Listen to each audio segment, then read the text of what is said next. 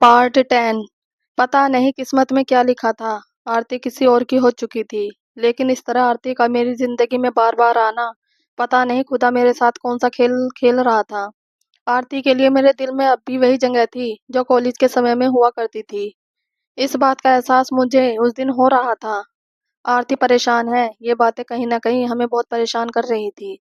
और अब जिंदगी का एक मकसद बन चुका था कि आरती की परेशानी को जानकर उसे दूर करना है। अब मैं विजय के आमंत्रण का इंतजार करने लगा, और यह इंतजार आरती के जन्मदिन के एक दिन पहले खत्म हुआ, जब विजय ने ऑफिस में हमें घर आने के लिए निमंत्रित किया। विजय: सर, फ्री हो तो कल घर पे आइएगा, और आपके रात का भोजन मेरे यहाँ ही होगा। मैं: जरूर, हम आएंगे। विजय ने नहीं बताया कि कल आरती का जन्मदिन है, लेकिन आरती का जन्मदिन भला मैं कैसे भूल सकता था। अब कल के लिए मेरे सामने गिफ्ट चुनने की चुनौती थी, क्योंकि आरती अब शादीशुदा थी और उसके लिए आंख मूंद कर कोई भी गिफ्ट ले जाना मूर्खता थी। काफी माथापच्ची के बाद मैंने गिफ्ट शॉप से राधा कृष्णा की एक छोटी व सुंदर मेटेलिक आइडल खरीदा। अगले दिन शाम करीब 7 बजे मैं विजय के घर पहुंचा। बेल बजाया और दरवाजा खुलते ही धानी रंग की साड़ी पहले आरती के दर्शन हुए। हमेशा की तरह वो बहुत खूबसूरत लग रही थी। गिफ्ट देते हुए मैंने उसे जन्मदिन की बधाई दी। फिर पूछा, विजय कहाँ है? आरती ने कहा, वो मार्केट गए हैं, आते ही होंगे। मैंने कहा, आज तुम्हारा जन्मदिन है और तुम अकेली हो घर में? आरती ने कहा, मैं जन्मदिन मना कहाँ रही थी। वो तो इस बार मनाने की सोची ताकि आपको आमंत्रित कर सकूं। मैंने गौर किया, आरती कुछ घबराई हुई है। मैंने उसे बैठने के लिए कहा, लेकिन वो खड़ी रही। मैंने महसूस किया वो कुछ कहना चाहती है, लेकिन कह नहीं पा रही। उसकी घबराहट को देखकर मैं कुछ पल के लिए भूल गया कि वो शादीशुदा है, और सोफे से उठकर उसकी हाथों को पकड़कर अपने पास बैठाने ही वाला था कि मेरी नज़र उसकी चूड़ियों पर गई। फिर मुझे ध्यान आया, आरती शादीशुदा है, और मैंने खुद को कंट्रोल किया। लेकिन मुझे खड़ा होकर देख आरती खुद को रोक न पाई और मेरे गले लग गई। मैं असमंजस में पड़ गया। मेरा दिल मुझसे दो तरह की बातें कह रहा था, और दोनों बातें एक दूसरे के विपरीत थी। पहले ये लगा ये तो गलत है, हम ऐसा कर आरती की जिंदगी को खराब नहीं कर सकते। फिर दूसरे पर लगा कि आरती किसी संकट में है, उसे मेरी सख्त जरूरत है, और शायद अभी भी वो मुझसे प्यार करती है। 2 पल की जद्दोजहद के बाद मैंने आरती के साथ जाने का निर्णय लिया, लेकिन तब तक आरती हमसे अलग हो गई। उसकी आंखों में आंसू थे। आंसू को छुपाकर रुंध गले से सॉरी बोलते हुए पीछे मुड़कर वो अंदर कमरे की तरफ जाने लगी। मैं स्तब्ध वही खड़ा था। अब तो मैं पूरी तरह आश्वस्त था कि आरती को अब मेरी बेहद जरूरत है। मैंने हिम्मत की और अंदर की तरफ गया। अंदर में 2 कमरे थे। एक कमरे का दरवाजा खुला हुआ था, लेकिन उस कमरे में आरती नहीं थी। दूसरे कमरे का दरवाजा अंदर से बंद था। हमने दरवाजा नॉक किया, लेकिन आरती ने दरवाजा नहीं खोला। हमने आरती को आवाज दी, लेकिन वो खोल नहीं रही थी। काफी प्रयास के बाद उसने दरवाजा खोला। दरवाजा खुलने के बाद हम दोनों एक दूसरे से लिपट गए। अरसों बाद एक दूसरे का आलिंगन से एक दूसरे के जज्बातों को, धड़कनों को साफ साफ महसूस कर सकते थे। लेकिन आरती से प्यार कुछ इस कदर था कि उसके साथ कुछ भी गलत हो, ये हम बिल्कुल नहीं चाहते थे। कुछ सोचकर मैंने अपनी फीलिंग्स पर कंट्रोल किया और आरती से अलग हो गए। अलग होने के बाद आरती की नजरें फर्श की तरफ थी और आंखें नम थी। आरती, प्लीज आप वहीं जाके बैठ जाओ सोफे पे। मुझे लगा मैंने गलत किया। कोई तो बात है जिससे आरती बेहद परेशान है। मैंने आरती के माथे पर चुंबन करते हुए पूछा, क्या बात है, मुझे सब बताओ। कुछ देर हम दोनों वहीं खड़े रहे। पूरा सन्नाटा था। फिर कुछ देर बाद आरती ने कहा, मैं बताना नहीं चाहती किसी को भी, मैं हार मान चुकी थी, लेकिन पुनः आपको देखकर लगा कि आप अपने हो, आपको बताना चाहिए।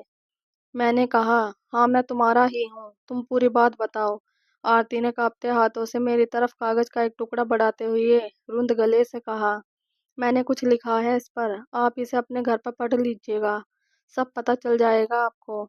अभी आप हाल में सोफे पे बैठिए, वो आते ही होंगे। मैं तब तक कॉफी बना के लाती हूँ। मैं सोफे के पास चला आया।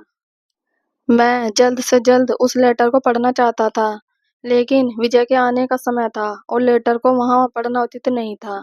अब मैं जल्द से जल्द घर जाना चाहता था, ताकि मैं जल्द से जल्द पत्र को पढ़ सकूं। कुछ मिनटों बाद विजय आया। आरती का जन्मदिन सेलिब्रेट किया गया, केक काटा गया, लेकिन वो खुशी नहीं थी। हालांकि जन्मदिन मनाने के बाद आरती के स्वादिष्ट छोले भटूरे व खीर खाकर खुशी नसीब हुई।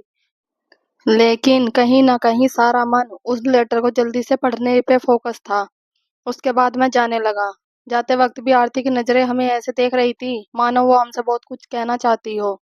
घर आने के बाद मैंने जल्दी से कपड़े चेंज कर आरामदायक कपड़ों में बेड पर बैठकर लेटर को खोलने से पहले किस किया और खोलकर पढ़ना शुरू किया। सच बताऊं, हमें उम्मीद थी कि आप कभी ना कभी ज़रूर मिलोगे और मैं इंतज़ार भी करती थी। जब भी मैं कभी रेलवे स्टेशन या बस स्टेशन पर होती या कभी एग्ज़ाम देने जाती, तो यही सोचती कि आप मिल जाओ। और उस दिन आपको एग्ज़ाम हॉल में देखकर मेरी खुशी का ठिकाना ना रहा। ऐसा लगा मेरी ज़िंदगी जिसमें घोर अंधेरा छा गया है, आप एक उम्मीद की किरण हो। पता नहीं आप क्या सोचेंगे, लेकिन सच बताऊं तो मेरे दिल में आपकी अभी भी वही जगह है जो पहले थी। अब मैं आपसे दूर होने के बाद की अपनी सारी कहानी आपको बताती हूँ। उस दिन आपके रूम से घर जाने के बाद भैया ने काफ़ी बेइज्जती की मेरी। मेरा मोबाइल हमसे ले लिया गया और कोचिंग कॉलेज जाने पर भी पाबंदी लगा दी गई। आप तो जानते ही है मैं पढ़ाई में कितनी कमज़ोर थी। ऊपर से कॉलेज और कोचिंग छूट गया और आपसे दूर भी हो गई और पढ़ाई से मेरा मन बिल्कुल हट गया। मैं कैसे जी रही थी मुझे ही पता था। बहुत मुश्किल था। फाइनल एग्ज़ाम तो मैंने दिया, लेकिन कोर्स पूरा न कर पाने के कारण मैं फ़ेल हो गई। वहाँ दोबारा एडमिशन भी नहीं हो पाया, क्योंकि पापा का ट्रांसफ़र उत्तराखंड में हो गया और सब वहीं शिफ्ट हो गए। उत्तराखंड से ही मैंने इंटरमीडिएट किया और ग्रेजुएशन में एडमिशन ली। सबको मेरी शादी की जल्दी थी और ग्रेजुएशन प्रथम वर्ष में ही बिना मुझसे पूछे मेरी शादी तय कर दी गई। हालांकि अब मेरा ग्रेजुएशन पूरा हो चुका है। इन कठिन वर्षों में ना तो मेरे पास आप थे और ना ही मोबाइल था, ना ही कोई दोस्त था। अपनी शादी में मैं अपने दोस्तों को भी ना बुला सकी। शादी के बाद कुछ दिन इनके गांव रहकर मैं वाराणसी आ गई। मैं इतनी जल्दी शादी के लिए बिल्कुल भी तैयार नहीं थी और ना ही मैं इनको एक्सेप्ट कर पा रही थी। फिर भी मैं अपना पत्नी धर्म निभा रही थी। अपने इन हालातों से मैं पहले ही बहुत परेशान थी। फिर भी मैं खुद से समझौता कर चुकी थी कि यही मेरी ज़िंदगी है। लेकिन एक दिन कुछ ऐसा हुआ कि मेरी परेशानी असीम हो गई। एक दिन मेरा मोबाइल स्विच ऑफ था और मेरे पापा का इनके मोबाइल पर कॉल आया। मैं कभी इनका मोबाइल यूज़ नहीं करती थी, ना ही मैं उनके मोबाइल पर उतना ध्यान देती थी। लेकिन उस दिन उनके मोबाइल से पापा से बात करने के दौरान व्हाट्सएप पे लगातार नोटिफिकेशंस आ रहे थे। शायद गलती से वे डेटा ऑफ करना भूल गए थे। आगे का पार्ट देखने के लिए पार्ट 11 देखें। और अगर आपको हमारी स्टोरी पसंद आई हो तो प्लीज़ लाइक, कमेंट और सब्सक्राइब जरूर कीजिएगा। Thank you.